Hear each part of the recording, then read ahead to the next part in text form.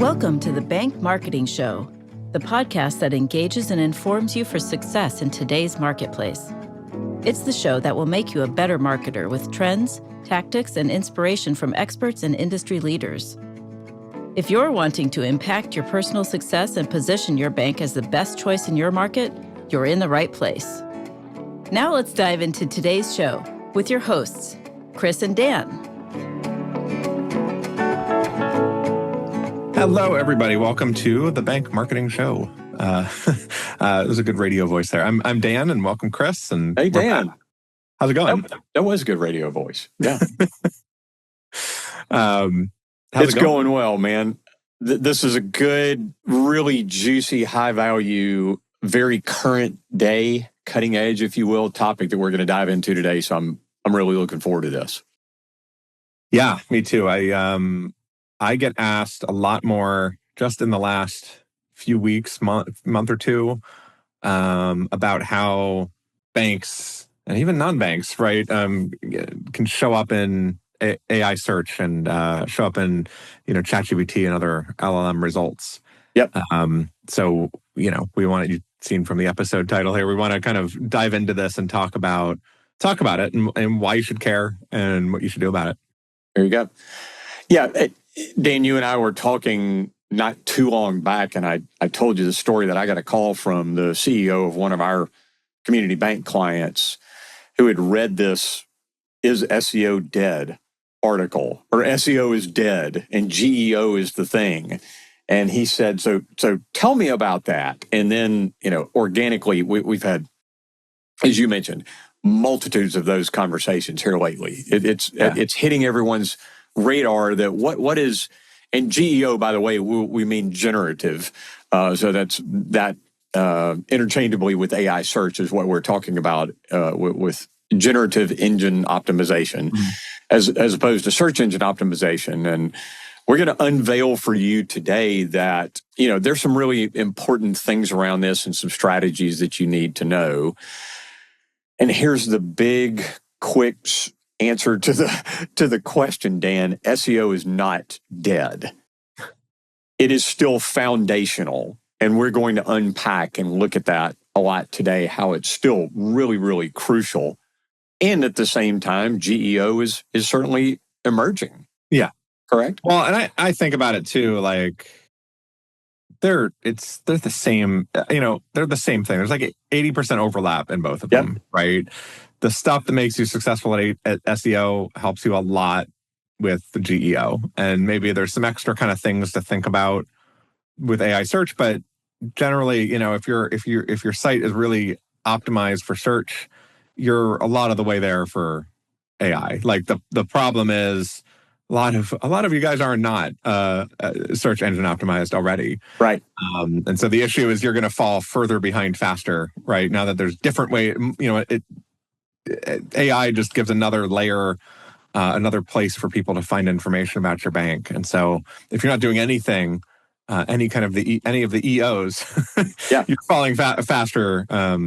You're falling behind faster. Well, if people are putting in bank-related, deposit, loan, whatever the case may be, related terms in local search, and they're doing those in Google searches and those types of things, and you're not ranking well for those for SEO, then you don't even need to worry about AI search yet. You've got to do the foundational, as you're saying, Dan, to become, to get in the game well with that. And then we're going to talk about some key additional things. As you say, 80% overlap there. We're also going to talk about that other 20%, that AI search is also looking for. Yeah. And what you need to do. So, and folks, the problem is if you're not doing this, it's kind of like a hidden disease, that you don't really feel it. You don't really see it. Maybe you're not running a fever. You don't think you are. But what you don't know is how badly your competition is beating you.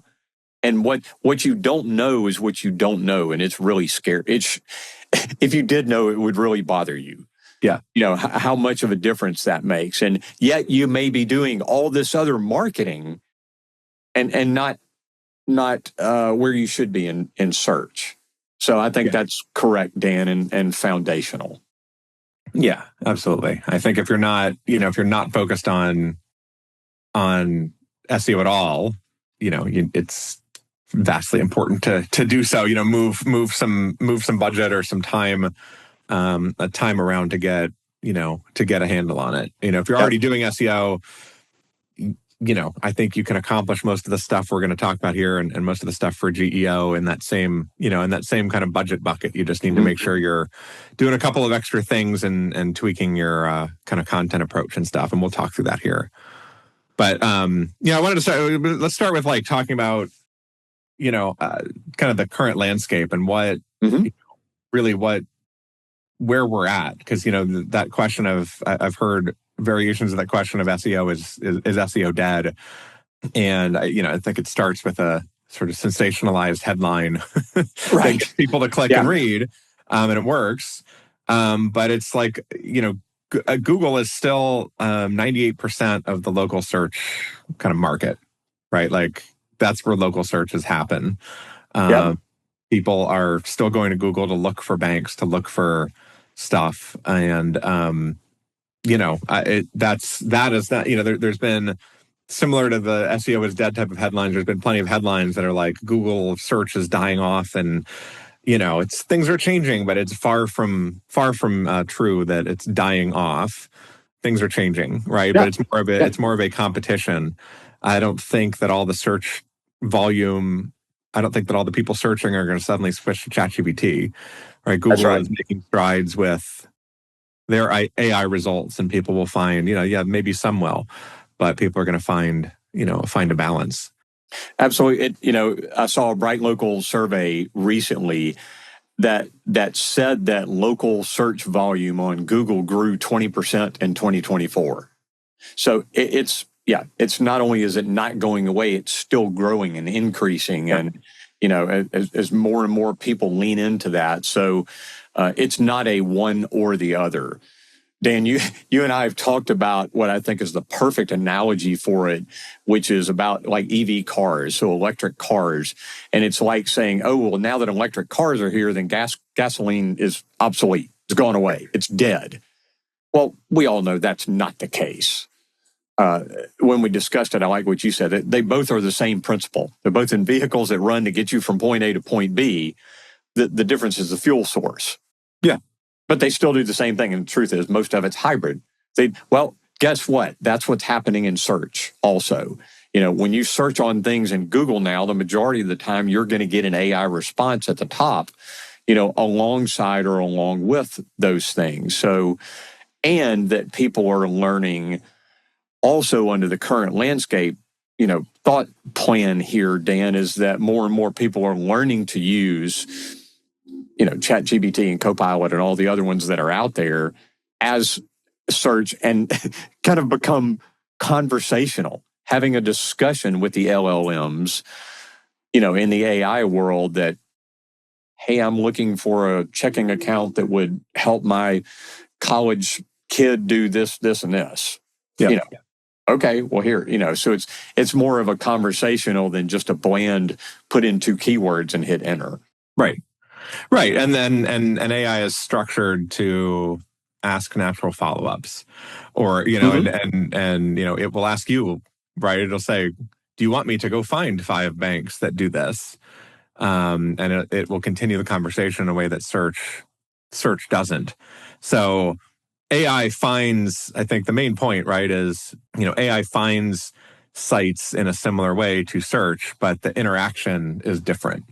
And so if you kind of curate your content a little differently, it's going to result in better responses that favor you. So let's talk a little about how AI search works. Yeah. Right.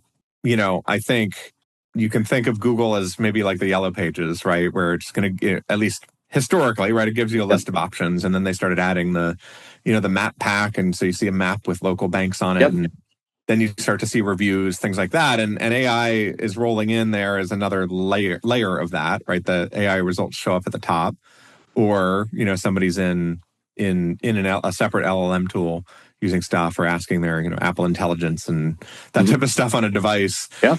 So the difference is really Yellow Pages versus it's a, most people have used ChatGPT. It's a written, kind of natural language answer. But I think the point I want to make here is like it's a human researching a bank would go search for, banks near me or best checking accounts, something like that. And they're going to see reviews. They're going to see your bank's website. They're going to see Yelp. They're going to see 8 other things, and they might click through them. And they might go back to the Google results and click another bank. And they might go back to the Google results and click a third bank. They might think of another search to make and make another search and go through the process again. Depending on the prompt, AI just does all that, summarizes what it finds, and gives you a paragraph. Yep. And so the point here is the output is different. The way the user interacts with that output is different, but it's looking at the same stuff. Yeah. Right. It's just doing it and sort of synthesizing it all together. Is trying to replicate what the human would do. Yeah. Well, and Google's job, as it sees it, as I've heard it explained to me before, its job is to give you the best results that it possibly can because it wants you to continue to use it as a search engine, right? Yeah. So the list of options that it gives you, as you were describing, is correct. And what's important for banks is to have your foundation built out, content on your website, citations and listings,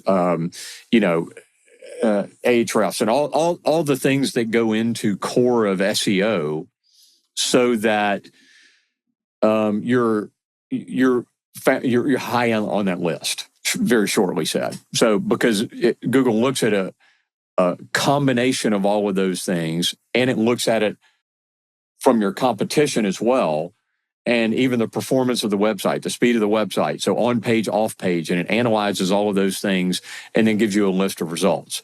Well, so AI is doing that, but then it's also, Dan, starting to get into, okay, prove it. Yeah. And who it's asking to prove it is human. So it's human input by a couple of other things that you mentioned briefly. So what's happening on reviews and social and all these other things where humans are actually giving input. So whereas the SEO is reading your website and looking at the on-page and off-page and what do I say about myself as a bank? And then it's taking that and then going the next step and going, oh, okay, and all of these people say you're a good bank also by all these reviews that you have and social and videos that are on your website that are testimonials of people talking about, and so it sees that human proofing. I was asked when I was given a workshop about this very recently, Dan, and a guy said, okay, so the robot AI is asking for human proof. And I said, yes, exactly. That's what it's doing over and above the Google search. Yeah. Yeah. Yeah. And it's trying to give you, like you were saying, Google is designed to give you the best listings so you keep using it as a search engine. Well, ChatGPT and the LLMs are designed to give you a good response with a follow-up question so that you continue using it. And so they're going to push you down that human sort of research path. Like I was just saying, it's like, here's 5 banks. Do you want me to find 5 more? Or do you want me to dive into each one of these banks and make you a structured, spreadsheet comparing the pros and cons of each checking account? Mm-hmm. And so if the more you can structure that information for it, the better. The more you can make your website a research hub, the better, right? Putting videos on your pages, putting video testimonials and case studies up on the page that an LLM might serve up to the user. If you say like, well, find me a bank nearby with good reviews. And you could see it saying, well, here's a summary of the reviews for each of these banks. And by the way, watch this bank's, here's a happy customer you might want to know more of. It's really doing, I liked how you described it it's really doing SEO, in the moment and doing all that same stuff. Mm-hmm.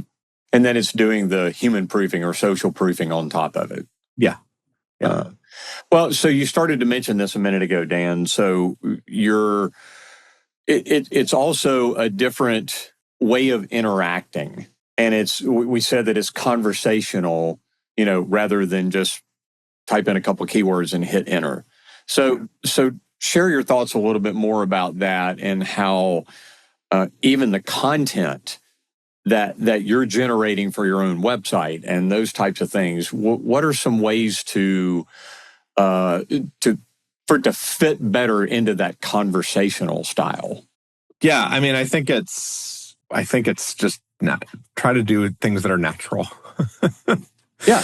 What are the questions? I swear, the last 3 or 4 episodes we've talked about going to get real customer questions, right? Yes. To feed into a ChatGPT, prompt to get better social posts, to all those types of things. And this is like the same thing of like, and it goes back to just core SEO strategies of what are the questions that actual people are asking, not the questions that you as a banker think of when you sit back and think about banking. It's like, what are the language differs, the types of things people want to know differ. And so what are those real customer questions? Well, just answer them on the site, right? So use natural language, use structured content sections on the site, FAQs. A lot of sites have those like little collapsible FAQ sections, and they're getting more popular. They're going to get more popular because if you're putting up real customer questions, then those are the types of things that people will type into Google, right? Type into ChatGPT, and it will find that on your site and serve up the answers. Yeah. But we did that just last week. We were building out an FAQ page for a bank client of ours, Dan, and it was exactly that. And we helped frame it up. And you're right. We've mentioned this in several recent episodes now. Is what are your customers actually asking? Yeah. Not what do you as the C-suite folks and the marketing directors in your bank want to tell people. Forget that for a moment. What are customers, calling your lenders and asking them about? What are the pain points that they're discussing? What questions are your tellers getting? All of those things, and find those and then shape those in an FAQ on your website. And ideally, like you said, in a video clip that a customer is asking and we're answering, or so many different ways to do it, and discussing it on your social. And, so what are the best ways for me to do a farm loan or whatever just all of these things that are actually like a human asking the question, and then you answer it. It's not, believe it or not, it's not rocket science. Well, it's a shift. It's a subtle shift. So like the farm loan example, the way to approach a web page in the past was a bullet point list of features. Yeah, whateverbank.com/farm loans. And that page has what are our different types of farm loans? We offer an A farm loan and a B farm loan and a C farm loan. But no human thinks like that. That's right. The human that thinks like that is, I'm a small farm and I need to buy a tractor. What do I do? There you go. Like, where can I get a loan for a tractor? And that's what they're, and I'm oversimplifying that, right? It gets a lot more complex, but that's what people will type in, and so structure the FAQs around that type, that framing, and you're really answering the same thing. Here we have an equipment loan or we have an operating loan, right? And you can get into the detail in the answer, but think the way that regular people think, and that's another point. You're required to go to the frontline staff and think through a little bit more. Look at actual search reports of what people are searching. Look at your Google Analytics, like referrals, and see how people are coming in to the site. Yeah. And Dan, shifting forward a little bit, early in the episode here, you mentioned that we would give some, I guess, practical to-dos, takeaways, and some practical application examples of some things that you can do to build authority. I think both on your website and beyond, and ways to do that so that this AI search is going to capture your brand, your answers, your content, and all of those things, and make sense of it, and therefore prioritize you, because you're providing what the AI is looking for. Therefore, it's going to serve that answer. well. So we wanted to talk about a few of those specifically. And one of them, just as you mentioned, was reviews. Yeah. And Dan, Memory Fortenberry, that we had as a guest here on the show that talked about legal compliance and all of that a number of episodes ago, I came in and did a workshop day with a group of hers, and there were like 80-something community bank compliance officers in the room. And I brought up reviews, and the air left the room, Dan. Oh gosh, and I get that. I understand it. And one actually took the bait without me saying it and said, "Yeah, well, we're scared of getting a bad review, so we don't want to put that out there or put a QR code out there and all of that." Yeah. I pulled my phone out of my back pocket, and I looked at it and said, "I'm not trying to be too brash here, but I'm holding my phone in my hand, and I can give your bank a bad review right now. I can go on Google. I have a Gmail account, and I can go give your bank a bad review right now." Yeah. And they were like, "Oh." I said, "Okay, so take a breath. Let me explain. How about we go get some good positive reviews and ask people that we know that are going to give us good reviews to do that? Let's do a pile of those. And then once we get, and community banks, guys, don't have to have hundreds or thousands. Yeah. Let's get dozens.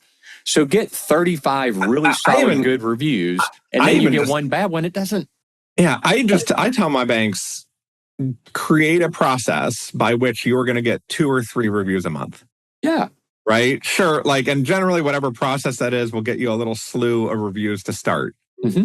But it's not about going out and getting 100 reviews tomorrow and then you're done. Mm-hmm. Google will weight more recent reviews heavier. Yep. And so you want to be creating something where you're just getting a steady trickle.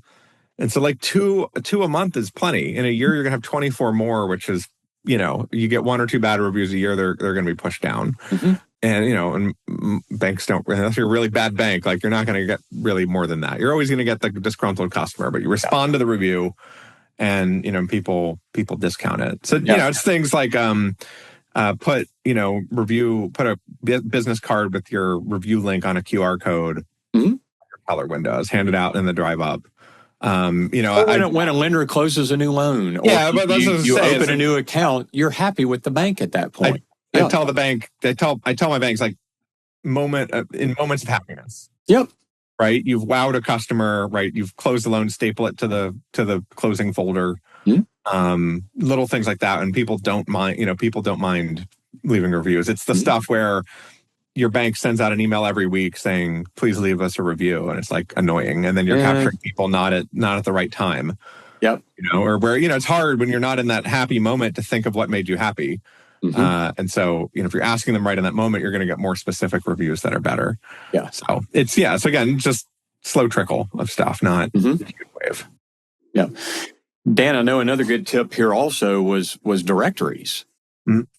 Right? It's not that difficult. I mean, go, if every one of your branch locations is not in the local chamber, and listed on their website, it needs to be, and Better Business Bureau and finance directories and all of these things. I even hear that because bank officers very commonly are on community boards. Whether when everywhere you send out your bank's exec bio, put a link to the bank at the bottom of it. Yep. Right. It's not going to be seen as too salesy. It's pretty common practice, and that little link. That bio gets posted online, and it's gonna add backlinks and add authority to search. Mm-hmm. But even mentioning the bank name, right? SEO looks a lot at bank links. GEO does a little bit, but GEO is also better at looking just for the name of the bank. And so even mentions put a press release in the local paper if they have an online edition, it's going to show up there. Mm-hmm. If you sponsor the school district or sponsor a parade, make sure that a lot of times they'll put your logo on their website, but try to get it linked. Try to get the logo clickable to your website, those types of things that you might not think about, or they're little things that don't matter much. They're not going to, your logo being clickable is not going to really drive a lot of customers, right? It's not like that link is going to get you 20 new accounts a month, but it will add a backlink. And that'll lead to better search. And the cumulative effect of consistently doing those kind of things and getting mentions in lots of different places online, however, that can be done, that cumulative effect is what is, Dan, going to make a difference. Mm-hmm. Yep. Yeah. And then creating your own. So like thought leadership pieces, things like that, create your own authority and your own mentions. So make sure to post about, your execs are speaking, get them on some podcasts, get them to make their own LinkedIn posts. Most of your execs probably are involved in some level with their state banking association, right? So get your bank listed on the association site, get their name put up there. All that stuff just kind of sort of chips away at authority. Yep, absolutely. It's interesting, Dan. Early in the episode here, you had mentioned about an 80% crossover between SEO and GEO. We came across some other stats that I thought really demonstrates the point well of what AI is looking for. And so if so much of search in the past has been all about websites, on page, off page, and a little bit of other stuff, what AI is looking for is a little more skewed into all the kinds of things that we're talking about, thought leadership and reviews and mentions and all of that stuff. 58% of what AI is looking for comes from websites and 27% from third-party mentions. That's very significant.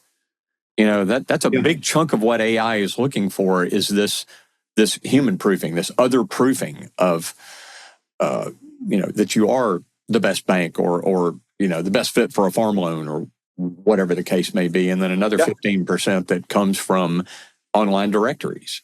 Yeah. It all adds up, right? So the directories are annoying and take time, but 15% is not insignificant. That's right. Your website's only about half of the whole thing. So all these things matter. And I think it's like the reviews, you chip away at the stuff, right? Yep. Try to set it up so you get a new mention or two a month. Like have ChatGPT go make you a list of all the relevant directories and try to do one a week and knock them out, right? Yep. It's not like you have to set out 40 hours with no interruptions to do all this stuff. You have to just sort of chip away at it. Well, and shameless self-promotion here too. I mean, that's one of the services that my team does, for SEO is, let outsource it to someone who can go in and get all of your directory listings, done and consistent and correct, because you're on Yelp and Bing and Foursquare and all these other, all these tons of online citations and directories. You're on there anyway, but your listings are not right, or you're not listing correctly. You got multiple branches, and it's hard to, So those are the kind of things sometimes, Dan, that let somebody else do that for you, but make sure it's getting done. Mm-hmm. Yeah. Okay. Yeah. So I think all this can kind of sum up into some an action plan or kind of next steps. But it's I think one, like, remember that search is not dead, right? Yeah. Google should still be the top of your focus right now. Check back in a year, things will change, but it's 98% of the local search market share. That's not, even if that goes to 92, right? That advice is still going to be the same. Great point. 6% is billions of dollars of business for Google. So I don't think it's going to be quite as clear cut as that. Right. So, keep investing and keep your profile, keep your Google business listings up to date. Chip away at reviews, chip away at the backlinks and the mentions, right? And that's that Google engine is not changing any differently than it has been in the past. It still should be your focus. Yeah, and the other practical things that you can be doing to create that more conversational presence. Again, videos with your customers talking about you in them, and social media content, reviews, all these things in combination, make a huge difference in how you're able to leverage your presence. And the importance is what we talked about at the very beginning of this episode, Dan, is how impactful that is. Mm-hmm. And I'm afraid a lot of bankers don't really realize community bankers are about relationship. Okay. But if Dan is a banker and a friend of mine tells me about Dan, that's great. But I'm probably going to Google it. Or I'm probably going to, in ChatGPT, does this bank do this? And, ask a humanized question to it on the AI side about that before I just pick up the phone and call Dan, the lender. Yeah. And so if you're not, and when I go and do that and your bank is on page 2, or no matter how you put the question in, AI, GEO is not including your bank in the conversation, that's a serious problem. Mm-hmm. I'm going to go get a hamburger somewhere else, because people trust online feedback, whether we like that or not, whether it's Google or AI. Yeah. Yeah.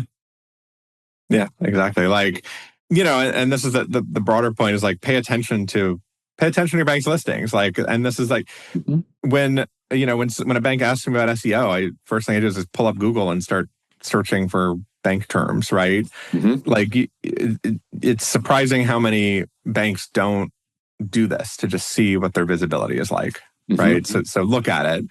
There's tools that'll help you kind of audit it. But really, like, if you just go and ask these customer questions, ask these bank related, the same customer questions you're making the FAQs about on your site, ask those questions to an LLM and see what it comes back with, see what banks it comes back with, and it'll give you better insights into what to do, what to do on your own site.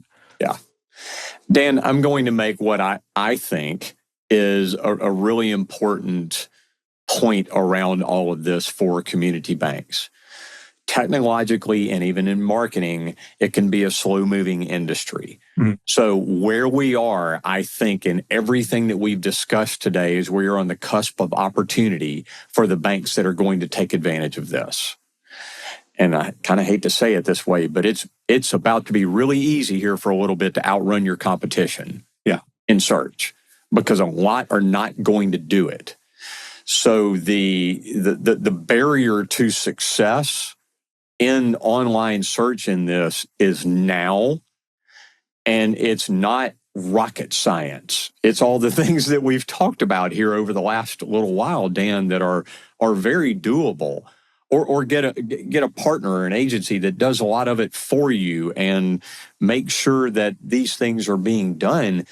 And wow, the results from it to outrun your competition are significant.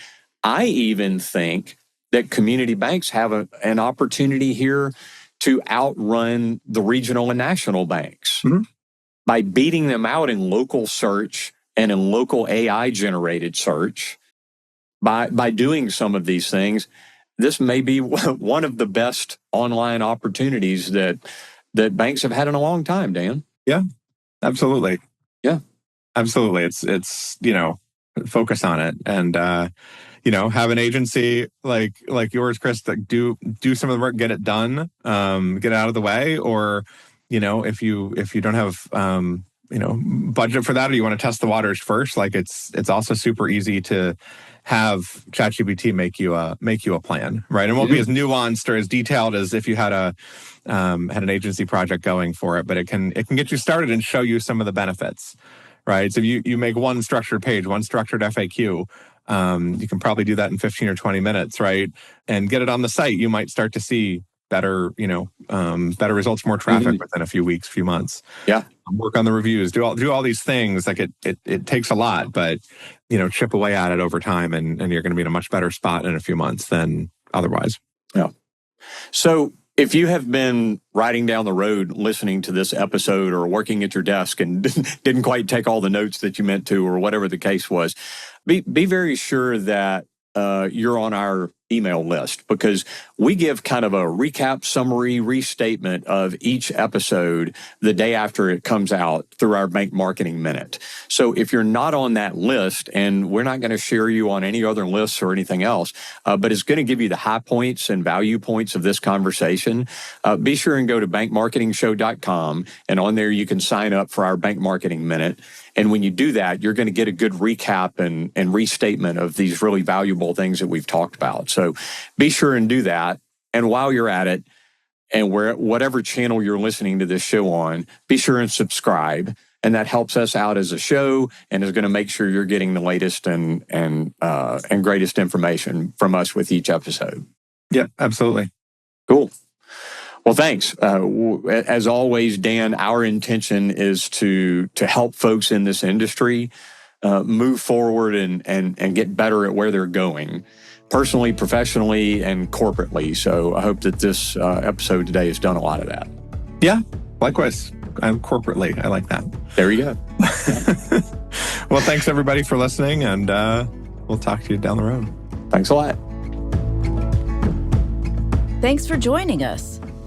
To go deeper or get access to some of the valuable nuggets from today's show, go to bankmarketingshow.com. There you'll find episodes, links to resources, and much more. Be sure to subscribe wherever you find your podcasts. And join us next time.